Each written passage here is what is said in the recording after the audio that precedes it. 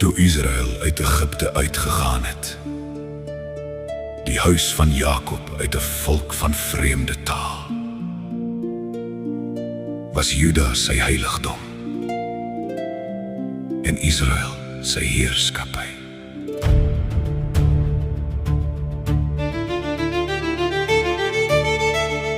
Die see het dit gesien en gevlug. Die Jordaan is teruggekeer. Die berge het soos ramme gespring en die klein heuwels soos lammers.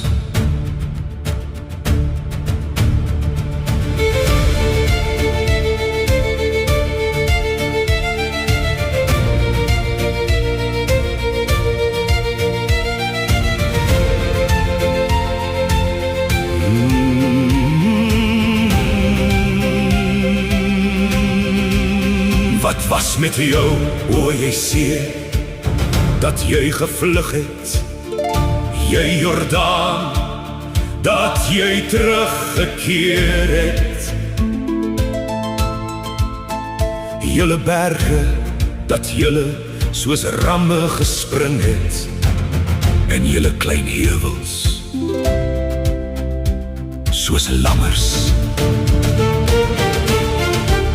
Wat was met jou, o jy see, dat jy gevlug het, jy Jordaan, dat jy teruggekeer het,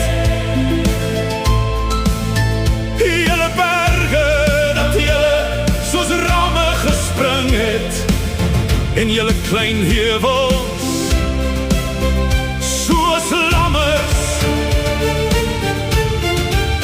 Wat was met jou, o jy see, dat jy gevlug het, jy Jordaan, dat jy teruggekeer het,